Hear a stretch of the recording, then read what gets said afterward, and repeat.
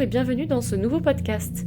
Je m'appelle Marion et ma mission est de vous guider au mieux en vous donnant des conseils sur mes expériences, mon savoir et de vous proposer des solutions sur une thématique de développement personnel ou de voyage afin d'évoluer en tant que personne et dans votre vie. Une semaine sur deux le mardi à 18h, je vous propose un nouvel épisode sur mes phases d'introspection, de ma perception du monde et de ce qui peut vous inspirer dans le but d'éveiller les consciences. Aujourd'hui, petit podcast qui va faire du bien aux voyageurs qui souhaitent en savoir plus concernant la van life. J'ai effectivement écrit et publié mon e-book qui est en vente via System.io.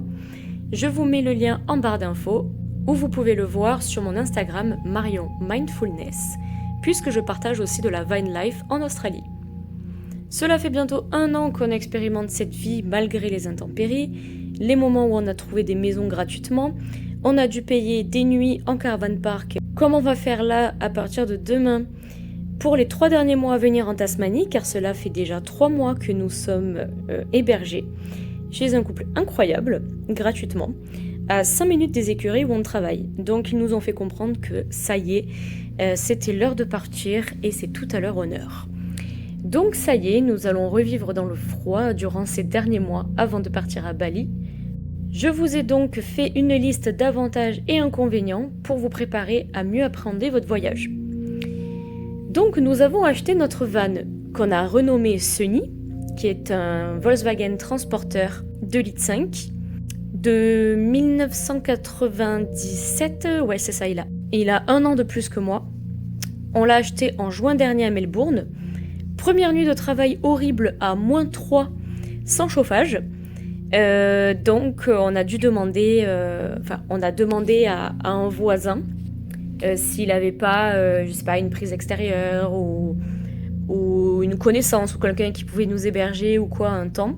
Et il nous a dit, venez chez moi dans mon jardin, on va rallonger une prise et tout. Comme il avait des chevaux aussi, on l'a aidé de temps en temps, on lui a même sauvé la vie pour l'anecdote. Heureusement qu'on était là, on devait partir 3 jours avant qu'il s'est passé ça. Au final, il nous a dit non mais restez comme ça, vous partez la semaine prochaine ou quoi. Et en fait, ça nous arrangeait parce qu'on devait faire la visite de mécano. Donc on n'a pas travaillé pendant 3 jours, mais on était là quand même avec ses chevaux au cas où. Et en fait, un soir, il appelle Pablo à 23h. On dit voilà, c'est bizarre. Et je crois que c'était l'avant-dernier jour de travail, un truc comme ça. Et en fait, il venait de se péter la jambe, de se coincer la jambe sous le tracteur. Il était en visio avec sa famille. Et donc, il a appelé et il a dit « Oh, viens vite, c'est urgent, faut que tu m'emmènes à l'hôpital et tout. » Pablo n'avait jamais conduit de voiture automatique en Australie. Et en fait, il a dû l'emmener à l'hôpital. Et la voiture pleine de sang, enfin bref. Voilà, une boucherie quoi. Donc il a emmené, ça a duré bien 1 heure ou 2 heures. Pablo il est rentré seul. Et bon, vu que c'est un Australien, il a dit non mais t'inquiète, il va rien se passer, aucun problème et tout. Bon, au final il a été opéré, il est resté 4 jours à l'hôpital. Donc pendant 4 jours on a dû s'occuper de ses chevaux. Voilà, donc heureusement qu'on était là. Nous allons commencer par les inconvénients pour finir en beauté sur les avantages. Donc comme inconvénient, on a, vu qu'on a quand même une deuxième batterie, on peut quand même utiliser les prises intérieures pour charger nos téléphones ou quoi, mais ce n'est pas suffisant pour les appareils de type ordinateur portable, chargeur de téléphone ou petit chauffage électrique. Parce que bon, il fait quand même 2000 watts, donc si on fait ça, clairement, je pense qu'on les grille. Ou alors juste ça marche pas, tout simplement. Donc il faut trouver de l'électricité en extérieur. Et il y a les caravan parks qui ont ça, mais les prix varient de... la nuit la moins chère qu'on a payée, c'était à peu près une trentaine de dollars. Et la nuit la plus chère, c'était 80 ou 90 dollars à Sydney. Enfin bref, n'importe quoi. Et on peut trouver de tous les types, hein. Il y en a qui ont des cuisines équipées, il y en a qui ont rien. Et il y en a, le nettoyage est nickel, tout est clean. Il y en a, c'est immonde. Enfin voilà, on peut trouver de tout. Et je vous conseille aussi peut-être Wikicamp. Vous pouvez la télécharger. Alors elle est payante. Elle coûte 10 dollars. Je crois que je l'ai payée en dollars. Ou en euros, je sais plus. Bon, elle coûte 10 dollars. Donc voilà, rien de fou. Et elle nous a aidés au début quand on était sur sur Adélaïde ou quelques fois, quand on n'avait vraiment pas de contact ou qu'on devait trouver des caravan parks. Donc, vous avez aussi les intempéries, parce que, oui, là, ça y est, de retour au froid et on va devoir payer un caravan park parce qu'on ne peut clairement pas rester dehors. Et aussi, quand il pleut, vous avez aussi le bruit de la pluie, mais aussi les orages. Ça fait beaucoup de bruit et ça peut réveiller la nuit. Et quand vous travaillez le lendemain matin, c'est pas très ouf. Ensuite, on a les douches et les toilettes. Oui, forcément, les douches, vous pouvez en trouver... Alors bon, douche, toilette, vous pouvez trouver dans des salles de sport. Vous pouvez trouver piscine municipale. Vous pouvez trouver aussi des toilettes et douches publiques. Mais bon, des fois, elles ferment quand même le soir. Mais bon, après nous, on s'est toujours débrouillé, donc pas de problème. Mais sinon, ouais, les caravan parks, pour ça, c'est le mieux. Bon, c'est payant, mais voilà, c'est le mieux. Après, en été, vous pouvez aussi utiliser les douches de la plage. Donc ça, c'est pas un souci. C'est beaucoup plus... Enfin, en fait, c'est beaucoup plus compliqué l'hiver. Ce qu'on apprête à faire. Après, on a le réseau internet, parce que y a pas de réseau partout. Et surtout, si vous voulez aller dans le bush, il n'y a pas grand-chose. Donc là, encore une fois, nous, on privilégie le caravan park. On a quand même nos forfaits Telstra, qu'on paye à peu près mensuellement. Maintenant, ça a augmenté. Donc, $49 les 25 gigas. Donc voilà, on arrive à peu près à tenir un mois, un petit mois. Des fois plus, des fois moins. Ça dépend si on fait un partage de connexion.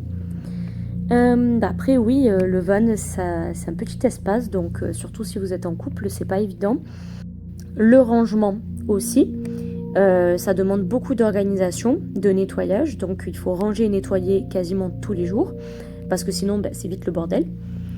Le stockage aussi, il faut trouver un emplacement sécure pour l'eau et la nourriture. Parce que bon, après, en hiver, ça va, vous avez la nourriture, il fait assez frais. Mais bon, en été, c'est un peu plus compliqué. Vous ne pouvez pas prendre de frais, de viande, de poisson, tout ça. Donc, il faut conserver au maximum. Vous prenez des conserves, vous prenez des produits secs. Après, on a tout ce qui est frais.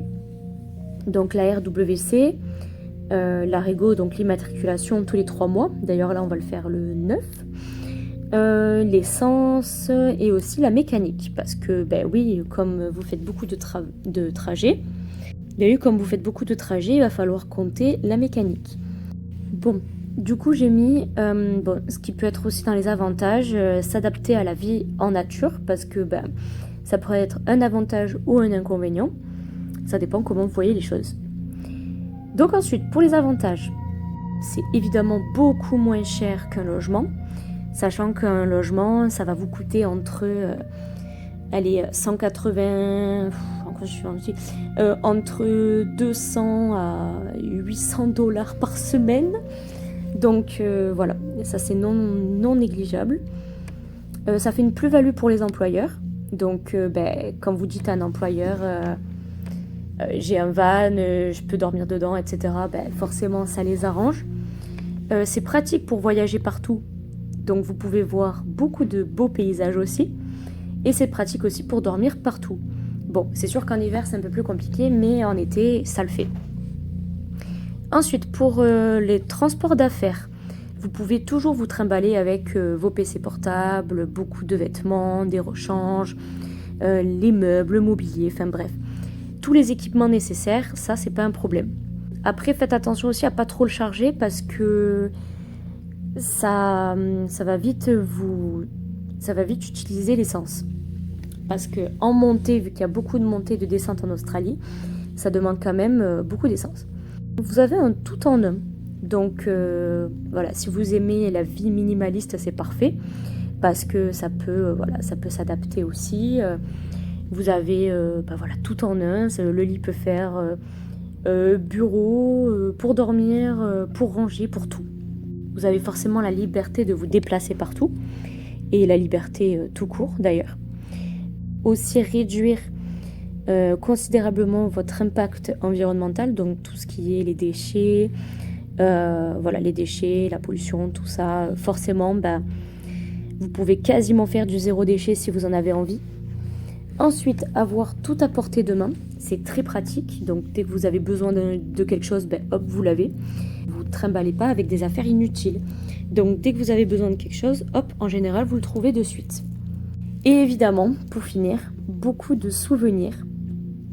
Et évidemment, tester sa vie en autonomie si vous êtes seul, mais aussi tester votre vie de couple si vous êtes à deux.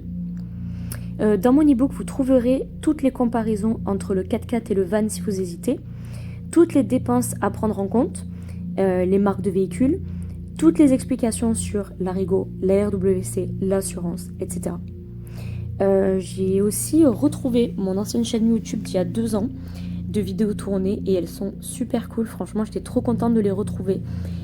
La chaîne YouTube, c'est Émotive Attitude. Donc pour ça, si ça vous intéresse, vous pouvez aller regarder. Bon, mais j'espère que ce podcast vous a plu. Il était assez court, mais de temps en temps, ça fait du bien. N'hésitez pas à commenter, partager la vidéo si elle vous a plu.